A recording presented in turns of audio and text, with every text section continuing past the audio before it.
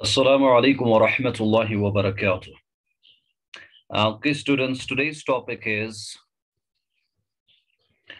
mean of grouped data under discrete frequency distribution. Mean of grouped data under discrete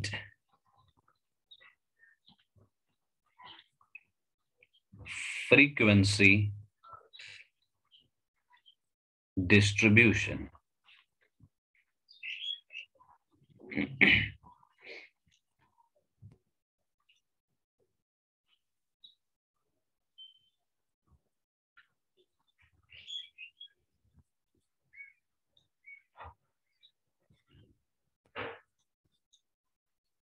ये रहेगा हमारा आज का topic, mean of grouped data under discrete frequency distribution.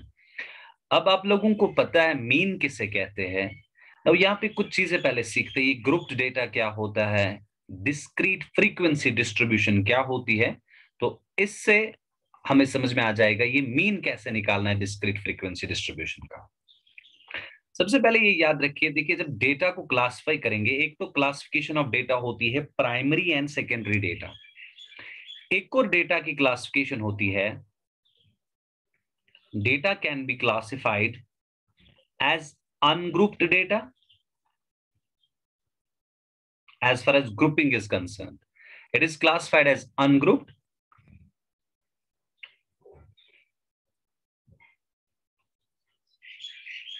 and grouped. एक तो data होगा या तो होगा अनग्रुप्ड या तो होगा ग्रुप्ड। अनग्रुप्ड डेटा उस डेटा को कहते हैं जिसमें कोई ग्रुपिंग नहीं होगी, जिसमें आपकी इंफॉर्मेशन, आपका डेटा सीधे ही हो लीनियर फॉर्म में। लाइक फॉर एग्जांपल आप कहते हैं लेट अस से आप कहेंगे आपने एक एग्जाम दिया, इन दैट एग्जामिनेशन आपका पेपर है लेट अस से English, let us say you have science, you have social science, you have Urdu, and let us say you have mathematics. ये मान लीजिए आपके 5 सब्जेक्ट्स है। इन 5 सब्जेक्ट्स में आपने कुछ मार्क्स लाए out of 20, let us say. In English, let us say you got 16 marks. In science, you got, let us say, 19 marks. In social science, you have, let us say, 18 marks. In Urdu, you have again 18, and in mathematics, let us say you have 20, you have scored 20 marks in mathematics. अब आपको बोला जा रहा है इस data का mean निकालिए। आप क्या करेंगे, you directly go like this. आप मीन निकालने के लिए simply, mean is denoted as x bar, आप सिंपली क्या करेंगे, sum of observations divided by number of observations. Simple formula, this sigma is summation. ये मैंने बोला है आपको, this is summation. It's a Greek letter. ये Greek letter हम यूज करते हैं. This Greek letter is called sigma and it's uppercase sigma. Uppercase means capital. जैसे हमें इंग्लिश में upper case, lower case letters होते हैं, capital, small. Similarly, in Greek letters, we have upper case and lower case letters, capital and small. So ये sigma upper case sigma है, और ये हम दिखाते हैं, ये वाला जो sigma होता है, this is lower case sigma, मतलब small sigma.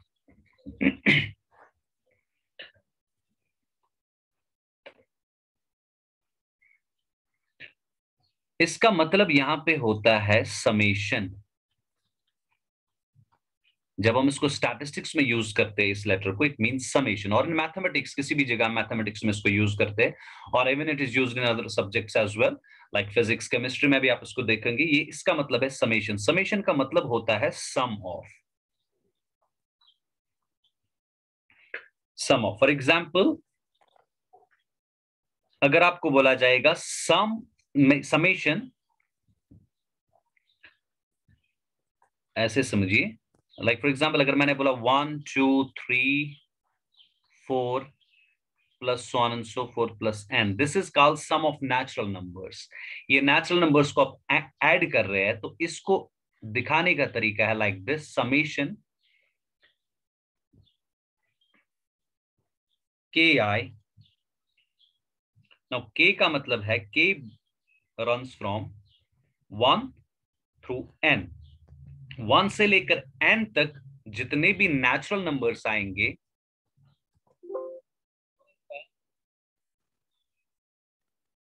Some k summation ki, it is equal to 1 plus 2 plus 3 plus so on and so forth plus n. It means आपने नेचुरल नंबर्स को ऐड करना है. k मतलब जो आपका यहां से ऑब्जर्वेशन आ रही है. i का मतलब है प्लेस, कौन किस किस को ऐड करना है. k का वैल्यू आएगा 1 से लेकर n तक. सो इसको पढ़ा ऐसे जाता है, ये भी याद रखेंगे, इसको पढ़ा ऐसे जाता है, summation as k runs from 1 through n. अगर मैं ऐसे दिखाऊं, समेशन पढ़ेंगे या sum of natural numbers has k runs from 1 through n. अगर मैंने ऐसे दिखाया k is equal to 1 through 4 of ki, it means 1 plus 2 plus 3 plus 4. Now it says summation k runs from 1 through 4 to sum of natural numbers from 1 to 4. 1 से 4 तक natural numbers को आपको add करना है. सो ये मतलब होता है समेशन का. तो यहाँ पे वापस आते हैं, आपने बोला समेशन सम ऑफ ऑब्जर्वेशंस, तो xi का मतलब यहाँ ऑब्जर्वेशन है. x1 पहली ऑब्जर्वेशन होगी, ये आएगा यहाँ पे x1, ये आएगा x2, ये आएगा x3, ये आएगा x4, ये आएगा x5. तो अगर आप लिमिट्स डालेंगे इस समेशन की, अगर आप लिमिट्स डालेंगे तो इसका मतलब होगा as x runs from 1 through 5, मतलब पहली टर्म प्लस दूसरी टर्म प्लस तीसरी टर्म प्लस चौथी टर्म प्लस पांचवी टर्म. तो ये इन शॉर्ट, अब यहाँ पे ज्यादातर हम लिमिट्स को यूज नहीं करते इन स्टैटिस्टिक्स. आगे जाकर आप in higher classes you will learn more about this summation. वहां पे आपको लिमिट्स को कंपल्सरीली यूज करना पड़ेगा in certain cases. So mean, अगर आपने अनग्रुप्ड डेटा हम कहते हैं, जैसे इस लीनियर फॉर्म में हमने डेटा को रिप्रेजेंट किया, तो यहाँ पे सिंपली आप सम करेंगे इनको and then you go divided by observations, तो वो निकलेगा आपको mean like this 16 plus 19 plus 18 plus 18 plus 20 whole divided by so number of observations. कितनी ऑब्जर्वेशंस है? ये 5 ऑब्जर्वेशंस है, सो डिवाइडेड बाय 5. और जो आप निकालेंगे वो आपका आंसर होगा. ये है ungrouped data. Now again, data can be classified, as far as grouping is concerned, data can be classified under two categories. Number one, ungrouped, and number two, grouped. Grouped can further be classified into two. Number one is if your frequency distribution is discrete, and number two, if your frequency distribution is continuous. Discrete frequency distribution या continuous frequency distribution.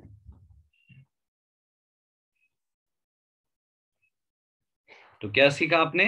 Data दो types का है, ungrouped या grouped. Grouped का मतलब या तो discrete frequency distribution होगी या तो कॉन्टिन्यूअस फ्रीक्वेंसी डिस्ट्रीब्यूशन होगी.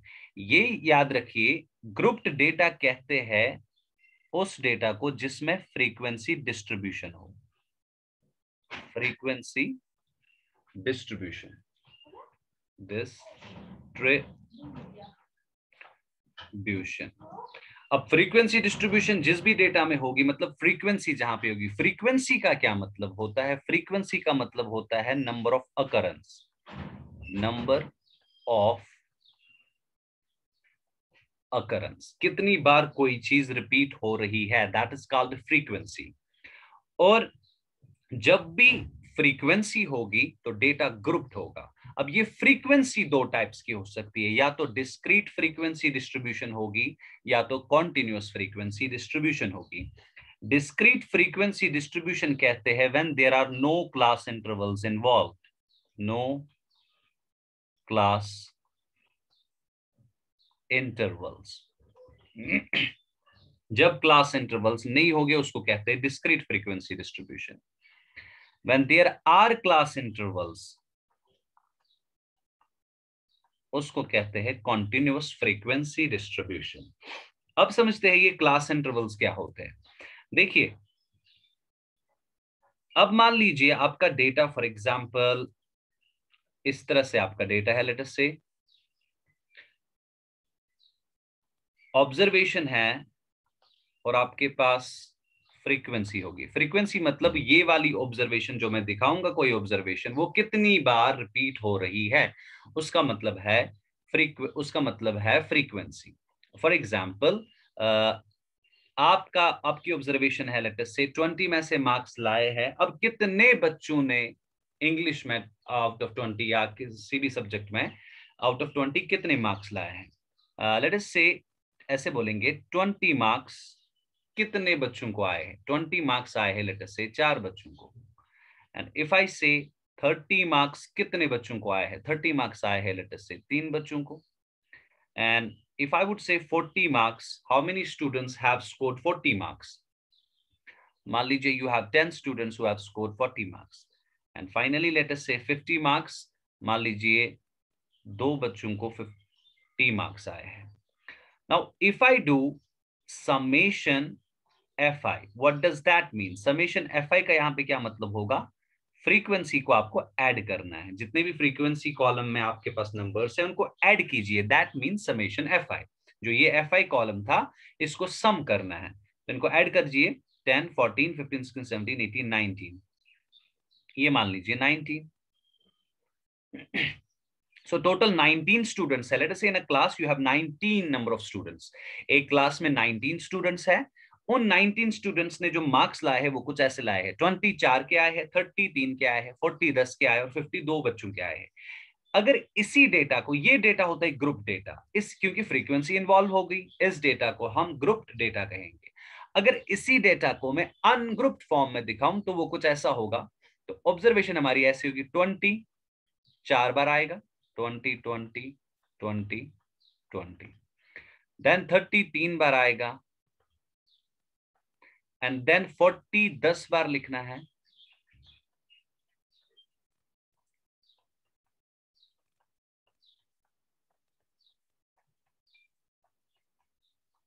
एंड देन फाइनली 50 को 2 बार लिखना है। एक तरीका है अनग्रुप्ड फॉर्म में इसको लिखना। लेकिन जितने जितने ये बढ़ते जाएगा नंबर, तो it would be hectic and tedious to do the calculations और to find the mean by the ungrouped way. अगर अनग्रुप्ड तरीके से हम मीन ढूंढेंगे तो ये बड़ा बढ़ता जाएगा। मान लीजिए इसी तरह से 19 स्टूडेंट्स की जगह यू हैव 100 स्टूडेंट्स, तो ये फिर से बढ़ता जाएगा। In order to tackle with this situation हमने क्या किया, एक और मेथड डेवलप किया, that is called grouped way of finding the mean. Grouped data बनाया, डेटा में फ्रीक्वेंसी को डाल दिया कि 20 कितनी बार रिपीट हो रहा है, 30 कितनी बार रिपीट हो रहा है। तो इस डेटा को हम कहते हैं ग्रुप्ड डेटा। लेकिन इसमें ग्रुप डेटा, जैसे मैंने कहा था, ग्रुप डेटा के दो टाइप्स है, एक है डिस्क्रीट एंड है कॉन्टिन्यूअस फ्रीक्वेंसी डिस्ट्रीब्यूशन। अब एक चीज तो क्लियर हो गई दैट इसमें फ्रीक्वेंसी इन्वॉल्व हो गई। यहां पे हमने देखा discrete frequency distribution and continuous frequency distribution. अब चूंकि फ्रीक्वेंसी इन्वॉल्व हो गई, फ्रीक्वेंसी आ गई डेटा में, now what does that mean? That means अब ये फ्रीक्वेंसी दो टाइप्स की हो सकती है। वो दो टाइप्स कैसे आएंगे? Depends on the class intervals, whether class intervals होंगे या नहीं होंगे।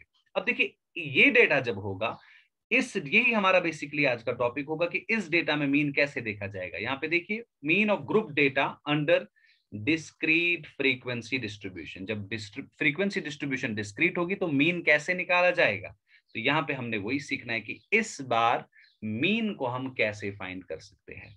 अब मीन कैसे यहां ढूंढेंगे वो हम अभी सीखेंगे। पहले एक और बात मैं क्लियर करता हूं कि क्लास इंटरवल्स क्या होते हैं। अब एक और केस आ सकता है। अब मान लीजिए 20 मार्क्स स्टूडेंट्स तो मान लो 100 है और 100 में से मार्क्स है, आउट ऑफ 100 मार्क्स है किसी सब्जेक्ट के। अब आउट ऑफ 100 कोई ना कोई मार्क्स किसी ना किसी ने लाया है। कोई ना कोई मार्क्स का मतलब है 1 मार्क्स भी किसी स्टूडेंट को आया है, 2 मार्क्स भी कुछ स्टूडेंट को आया, 3 मार्क्स भी कुछ स्टूडेंट, और 100 स्टूडेंट्स है। तो अब डिस्क्रीट फ्रीक्वेंसी डिस्ट्रीब्यूशन के तरीके से भी डेटा को लिखना मुश्किल होगा, क्योंकि अब मुझे ऐसे लिखना है। अगर मैं ऐसे लिखने बैठूं तो मुझे ऐसे लिखना है, एक तो ऑब्जर्वेशन आएगी और फ्रीक्वेंसी आएगी। अब ऑब्जर्वेशन मेरी होगी 1 मार्क्स कितने बच्चों को आए, 1 मार्क्स मान लो 5 बच्चों को आए। फिर 2 मार्क्स कितने बच्चों को आए, 2 मार्क्स मान लो 3 बच्चों को आए हैं। फिर 3 मार्क्स कितने बच्चों को आए, 3 मार्क्स मान लो 4 बच्चों को आए हैं। फिर 4 मार्क्स, 5 मार्क्स, 6 मार्क्स। अब ये फिर से मुश्किल होता गया। अब इट्स अगेन डिफिकल्ट बिकॉज मुझे कितने रोज बनाने पड़ेंगे। एक रो ये हो गया, ये दूसरा रो, ये तीसरा रो, ये चौथा row. Now I have to construct 100 rows because मैं कह रहा हूँ 100 में से मार्क्स है और कोई ना कोई मार्क्स किसी न किसी बच्चे को आया है। So again it is a tedious job, ये थोड़ा सा डिफिकल्ट होगा। Now in order to tackle with this problem एक और तरीका आ गया जिसको हम कहते हैं कॉन्टिन्यूअस फ्रीक्वेंसी डिस्ट्रीब्यूशन, जिसमें क्लास इंटरवल्स आप लिखेंगे। क्लास इंटरवल्स देखिए क्या मतलब होता है। अब आप लाएंगे, now you will give the idea of class intervals. अब आप इंट्रोड्यूस करेंगे क्लास इंटरवल्स। क्लास इंटरवल्स के बाद आप ऑब्जर्वेशन दिखाएंगे और ऑब्जर्वेशन के बाद आप फ्रीक्वेंसी दिखाएंगे। ठीक है जी। अब देखिए क्या मतलब। अब हम ऐसे बोल रहे हैं, अब हम बोल रहे हैं 1 से लेकर 10 तक कितने बच्चों के मार्क्स आए हैं। अब मैं 1 2 3 4 5 6 7 9 10 नहीं, मैं बोलूंगा, मैं एक लिमिट रखूंगा 1 से, मैं क्लास बनाऊंगा, दैट्स कॉल्ड क्लास इंटरवल। मैं कहता हूं 1 से 10 तक कितने बच्चों के मार्क्स आए। लेट अस से 5 बच्चे ऐसे हैं, वो फ्रीक्वेंसी में लिखा जाएगा नंबर ऑफ ऑकरेंस कितने आ रहे हैं। 5 बच्चे ऐसे हैं जिनके मार्क्स 1 से लेकर 10 तक आए हैं। देन आई वुड से 10 से 20 तक कितने बच्चों के मार्क्स आए। लेट अस से 6 बच्चे ऐसे हैं। देन 20 थ्रू 30 कितने बच्चों के ऐसे 20 से 30 तक मार्क्स आए हैं। Then I would say 10, so on and so fourth. इसी तरह से चलता जाएगा अंटिल 90 से लेकर 100 तक कितने बच्चों के मार्क्स आए हैं। लेट अस से उसमें आपके पास फिर से 6 बच्चे ऐसे हैं और ये टोटल नंबर ऑफ स्टूडेंट्स। अब मैंने यहाँ पे आधे रोज नहीं लिखे, वो हम नेक्स्ट टॉपिक में सीखेंगे अच्छे से जब हम पढ़ेंगे mean of group data under continuous frequency distribution. यहाँ मैं खाली आइडिया दे रहा हूँ कि क्लास इंटरवल्स किसे कहते हैं। तो यहाँ पे ऐड करके फाइनली मान लीजिए आप समेशन एफ आई वो 100 आएगा, क्योंकि टोटल नंबर ऑफ स्टूडेंट्स 100 होंगे। ठीक है जी। नाउ और एक बात का ख्याल रखना है, जब भी क्लास इंटरवल्स की आप बात करेंगे, क्लास इंटरवल्स के लिए 2 कंडीशंस को सेटिस्फाई होना जरूरी है।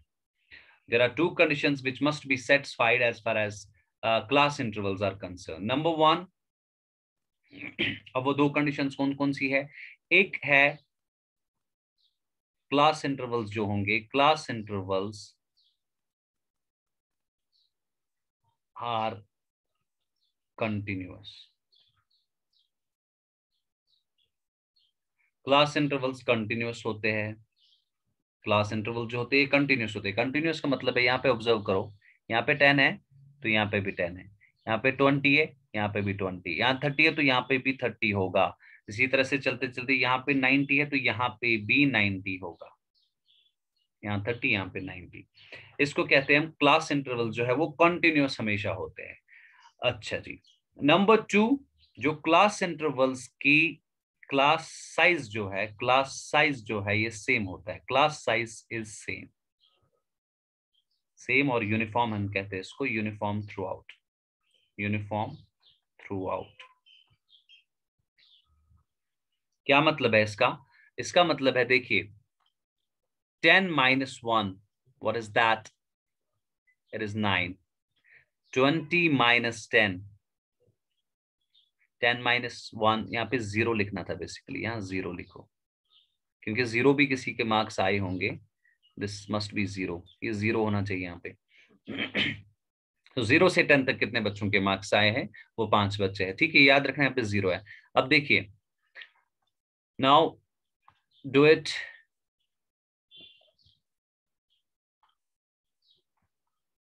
देखिए, 10 minus 0, what is that? 10 minus 0, it is 10. Now 20 minus 10, it's again 10. 30 minus 20, it's 10. इसी तरह चलते जाएंगे, लास्ट में 100 है ये।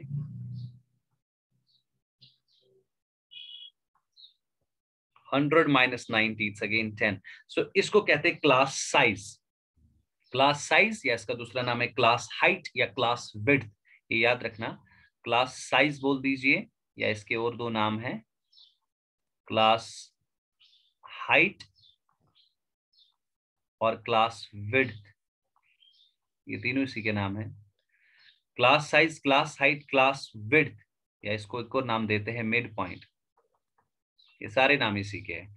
Class size, class height, class width, mid point, ये भी याद रखना, कभी ऑब्जेक्टिव आता है तो। बोलने का मतलब है ये दो कंडीशंस बहुत ही जरूरी है class interval, when you are taking class intervals under consideration. Class intervals continuous होने चाहिए और क्लास साइज जो है वो यूनिफॉर्म होना चाहिए थ्रू आउट। अगर नहीं होगा तो उसको आपको वैसे लाना है। अगर यूनिफॉर्म नहीं होगा क्लास साइज को यूनिफॉर्म लाना है। और क्लास साइज यूनिफॉर्म तो वैसे हर क्वेश्चन में वही से होगा। ये कभी कभार जो क्लास इंटरवल्स आर कॉन्टिन्यूअस है, ये डिसकंटिन्यूअस होते हैं। डिसकंटिन्यूअस का ये मतलब है, देखिए फॉर एग्जाम्पल क्लास इंटरवल्स आपके ऐसे होंगे, लेट अस से क्लास इंटरवल्स कुछ ऐसे है, let me rub it.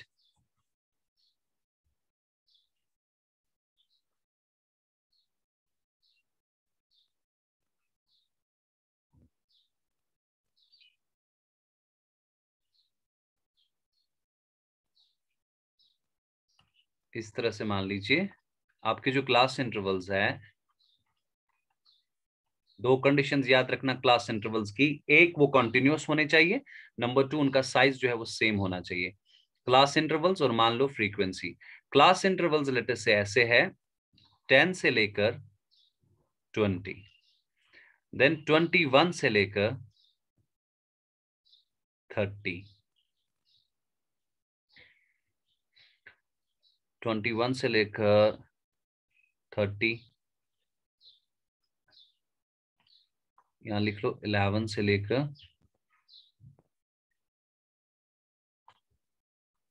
20, then 21 से लेकर 30, देन 31 से लेकर 40, 41 से लेकर 50। अब देखिए यहां पे आप क्या ऑब्जर्व कर रहे हैं, इफ यू डू 20 माइनस 11, अगर आप 20 माइनस 11 करते हैं, so what do you get? 20 minus 11, you will gate 9। तो पहली चीज आपने देखी 20 minus 11, it's 9. Now, if you do 30 minus 21, you will again get 9. 40 minus 31, you will again get 9. 50 minus 41, 9. तो दूसरा पॉइंट तो सेटिस्फाई हो गया, that class intervals are, class size is same, जो क्लास साइज है वो सेम है। बट पहली कंडीशन देखिए, ये कंटिन्यूअस नहीं है। ये कंटिन्यूअस क्यों नहीं है, इसमें क्या प्रॉब्लम आती है, उसके लिए पहले एक चीज समझिए। जब आपको नंबर डालना है तो आपको लोअर लिमिट हमेशा कंसिडर करनी है। Lower limit is always included. Lower limit को इंक्लूड किया जाता है। लोअर लिमिट को इंक्लूड करने का मतलब है, फॉर एग्जांपल आपको देखना है 11 नंबर किस में फिट आएगा। 11 नंबर पहले वाले में आएगा, मतलब किसी के 11 मार्क्स है, वो किस में आप काउंट करेंगे? पहले वाले रो में, 11 to 20। अब जिसके 20 मार्क्स आए हैं, 20 वाले को आप पहले रो में डालेंगे या दूसरे रो में डालेंगे? अब दूसरे रो में, अब यहां पे प्रॉब्लम स्टार्ट हो गई। देखिए अगर आपके ये कॉन्टिन्यूअस होते like this 10 to 20, 20 through 30, 30 through 40, ये कॉन्टिन्यूअस क्लास इंटरवल्स है। इन क्लास इंटरवल्स में आप 10 डालेंगे पहले रो में, अब आपको 20 डालना है। क्या आप 20 को पहले रो में डालेंगे क्योंकि यहाँ 20 है, या दूसरे रो में डालेंगे, यहाँ पे भी 20 है? पहले वाले रो में 20 आएगा या दूसरे वाले रो में 20 आएगा? ये याद रखेंगे, लोअर लिमिट को इंक्लूड किया जाता है। आप दूसरे वाले में 20 को डालेंगे, न कि पहले वाले में। क्योंकि अपर लिमिट और लोअर लिमिट का मतलब ये होती है lower limit, this is called upper limit. Class intervals में पहले जो लिखा जाता है उसको हम लोअर लिमिट कहते हैं और दूसरा जो लिखा जाता है उसको हम अपर लिमिट कहते हैं। कहां से वो लोअर लिमिट होती है, कहां तक, उसको अपर लिमिट कहते हैं। और इंक्लूड हम लोअर लिमिट को करते हैं, lower limit is always included. So in that case 20 को पहले रो में नहीं दूसरे रो में डाला जाएगा, 30 को दूसरे रो में नहीं तीसरे रो में डाला जाएगा, बिकॉज लोअर लिमिट 30 यहां पे है। ठीक है, ये होते हैं, ये तो आसानी होगी जब क्लास इंटरवल्स कॉन्टिन्यूअस होंगे। But problem arises when class intervals are not continuous. देखिए जब आप यहां पे देखते हैं, अब in this case class intervals are not continuous. Why they are not continuous? Because when I have to put in 20, जब मुझे 20 को डालना है, मैं 20 किस में डालूं? 20 तो ऊपर आ रहा है, लेकिन अपर लिमिट तो हम इंक्लूड नहीं करते। 20 यहां पे आना चाहिए, यहां तो 20 है ही नहीं, यहां 21 से स्टार्ट हो रहा है। This indicates that there is a missing link in the class intervals. तो क्लास इंटरवल्स में मिसिंग लिंक आ गई, तो 20 मार्क्स वाला बच्चा किस में फिट होगा? वो तो होगा ही नहीं कहीं फिट। सो इस वजह से हमने क्या करना पड़ता है, क्लास इंटरवल्स को पहले हमें कॉन्टिन्यूअस बनाना पड़ता है विदाउट चेंजिंग द इंफॉर्मेशन। हम इंफॉर्मेशन को या डेटा को चेंज नहीं करेंगे, लेकिन क्लास इंटरवल्स को कंटिन्यूअस बनाते हैं। कैसे बनाते हैं कंटिन्यूअस, वो आप याद रखेंगे। To make, this is very important, ये हमेशा याद रखेंगे। To make the class intervals continuous, subtract lower limit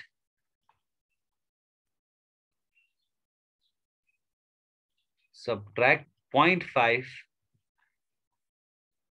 from the lower limit and add 0.5 to the lower limit, to the upper limit throughout. देखो इस पॉइंट का क्या मतलब है? इसका मतलब है क्लास इंटरवल्स अगर डिसकंटिन्यूअस होंगे, मतलब कॉन्टिन्यूअस नहीं होंगे, तो उनको कॉन्टिन्यूअस बनाने के लिए आपको क्या करना है, लोअर लिमिट में से 0.5 सब्ट्रैक्ट करना है और अपर लिमिट को 0.5 ऐड करना है थ्रू आउट का मतलब है हर रो को।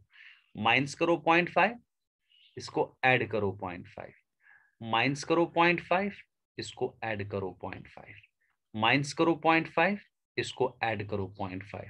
अब देखिए दिस इज वेरी इंटरेस्टिंग। अब देखिए अब जो क्लास इंटरवल्स बन के आएंगे, ये पहले क्लास इंटरवल्स जो थे ये थे डिसकंटिन्यूअस, डिसकंटिन्यूअस। अब जब आप क्लास इंटरवल्स बनाएंगे कॉन्टिन्यूअस, क्लास इंटरवल्स कॉन्टिन्यूअस, देख ले कैसे बनेंगे। पहले वाले 11 को क्या किया, subtract 0.5, so you will gate 10.5 through 20 को ऐड किया, सो यू हैव 20.5। अब नीचे 21 है, 21 को सब्ट्रैक्ट कीजिए 0.5, that will give you 20.5 till 30 को ऐड करना है, सो यू हैव 30.5। देन 31 को सब्ट्रैक्ट करना है, so you have 31 minus 0.5, that is 30.5 through 40 को ऐड करना है, सो यू हैव 40.5। 41 को सब्ट्रैक्ट करना है, so you have 40.5 and then you are supposed to add 0.5 to 50, that will give you 50.5। अब आप ऑब्जर्व कीजिए, देखिए आपके अब जो क्लास इंटरवल्स बन गए दे आर नाउ कॉन्टिन्यूअस। 20.5 यहाँ पे भी है, 20.5 यहाँ पे भी है, यहाँ पे 30.5 है, यहाँ पे भी 30.5 है, यहाँ पे 40.5 है, यहाँ पे भी 40.5 है। आप इसको देख सकते हैं, ये बराबर है, ये बराबर है, ये बराबर है। Now the class intervals are continuous. इनको अब क्लास इंटरवल्स को कॉन्टिन्यूअस कहते हैं। अब देखिए कोई प्रॉब्लम नहीं होगी, पहले की तरह मुझे 11 पुट करना था। नाउ 11 पहले वाले रो में जाएगा सिंपली, 20 किस रो में जाएगा, 20 पहले रो में जाएगा, अब 20 पहले रो में जाएगा, बिकॉज अब अपर लिमिट 20.5 है, so 20 can be adjusted in the first row.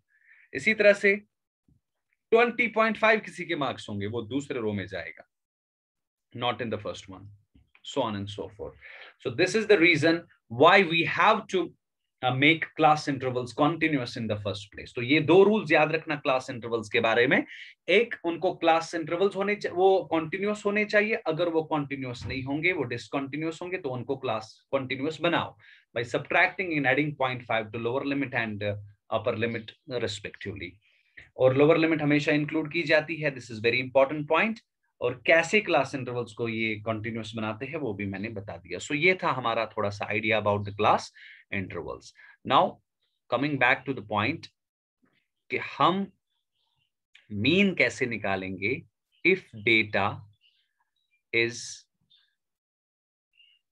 Ungrouped, if data is grouped but under discrete frequency distribution, मतलब जब कोई क्लास इंटरवल्स नहीं होंगे। तो यहां फिर से इसको पहले थोड़ा सा समझ लेते हैं। यहां पे क्या देखा आपने, data can be classified as far as grouping is concern, ungrouped और ग्रुप्ड। अनग्रुप्ड तो आपने सीखा कैसे हम करते हैं, सिंपली ये वाली एग्जांपल मैंने यहां से दिखाई। ग्रुप्ड का मतलब है जहां पे फ्रीक्वेंसी डिस्ट्रीब्यूशन होगी। फ्रीक्वेंसी डिस्ट्रीब्यूशन का मतलब है नंबर ऑफ अकरेंस, कितनी बार कोई चीज रिपीट हो रही है। सो ग्रुप दो टाइप्स के हो सकते हैं, या तो डिस्क्रीट फ्रीक्वेंसी डिस्ट्रीब्यूशन या तो continuous frequency distribution. Discrete frequency distribution when there are no class intervals. अब आपको समझ में आ गया क्लास इंटरवल्स किसे कहते हैं। अब क्लास इंटरवल्स अगर नहीं होंगे, लाइक इन दिस केस कोई क्लास इंटरवल नहीं है, सो ये होगा डिस्क्रीट फ्रीक्वेंसी डिस्ट्रीब्यूशन। ग्रुप्ड है लेकिन क्लास इंटरवल नहीं है, so it is discrete frequency distribution. इसके बाद जो हमारा टॉपिक होगा that is continuous frequency distribution. मैं मीन कैसे निकालूंगा, मतलब वो फ्रीक्वेंसी डिस्ट्रीब्यूशन, वो डेटा जो ग्रुप्ड होगा जिसमें क्लास इंटरवल्स भी होंगे, तो वो उसको कहते हैं कॉन्टिन्यूअस फ्रीक्वेंसी डिस्ट्रीब्यूशन। वो मीन कैसे निकालते हैं उसके पास हमारे पास 2-3 टाइप्स है, वो हम एक एक करके इंशाल्लाह सीखेंगे। उससे पहले यहां पे हम सीखते हैं how to find mean when data is grouped under discrete frequency distribution. अब देखिए, सिंपली आपको फॉर्मूला लगानी है। आपको क्या देखना है, पहले डेटा दे के होगा एक्स आई, ये वहीं से दे के होगा, फ्रीक्वेंसी भी वहीं से दे के होगी। तीसरी चीज आपको निकालनी है that is called F I X I. You have to find the product of observation and frequency. Multiply करना है आपको इन दो को, सिंपली मल्टीप्लाई करना है। So do the multiplication, 20 times 4 it's 80, then 30 times 3 it's 90, then 40 times 10 is 400,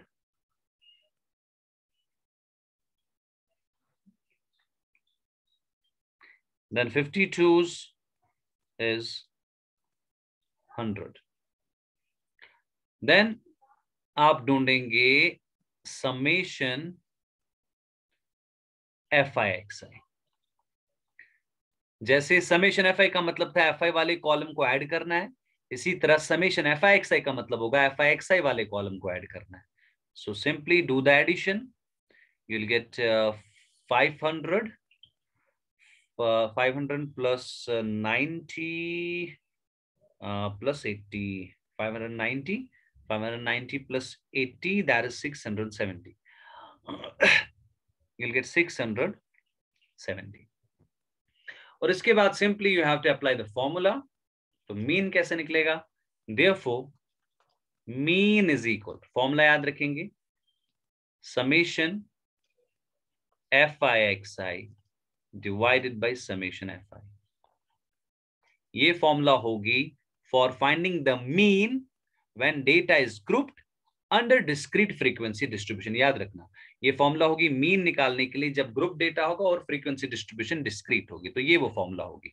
summation F I X आई मतलब जो 670 हमने निकाला, डिवाइडेड बाय समेशन एफ आई जो हमारा 19 आ गया। Now 670 divided by 19, you'll get approximately equal to 32.35,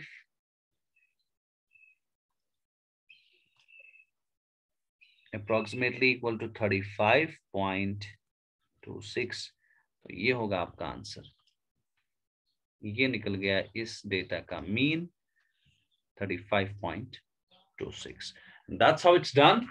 इस तरह से हम मीन निकालते हैं of the group data under discrete frequency distribution. तो कोई भी क्वेश्चन अगर ऐसे आए कि आप एक डेटा होगा, आपके पास ऑब्जर्वेशन होगी, फ्रीक्वेंसी होगी, तो इस तरह से आप इन क्वेश्चंस को कर सकते हैं.